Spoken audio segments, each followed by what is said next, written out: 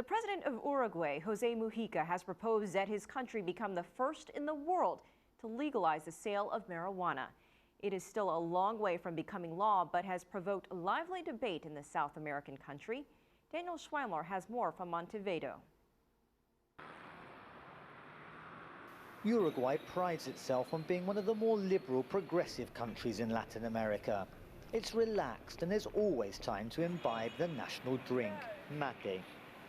That's always been legal, but there are now moves to legalize the sale of another popular substance, marijuana.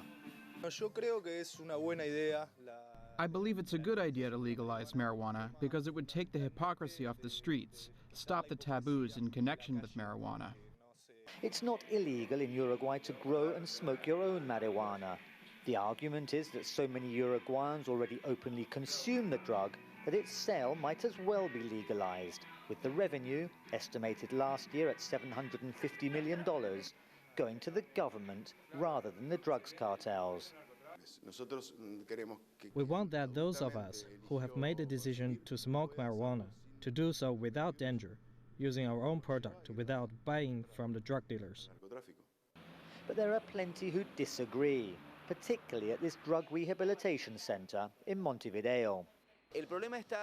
The problem is when a government legalizes a drug, what it's saying to the rest of the population, which is not addicted, is that the drug could be harmless, or that it's normal to take drugs. Their argument is that many of these youngsters became addicted to hard drugs after trying marijuana. We must think of those kids of 5 or 6 years old who might one day suddenly think that taking drugs is something normal and not realize that it will lead to them taking other drugs.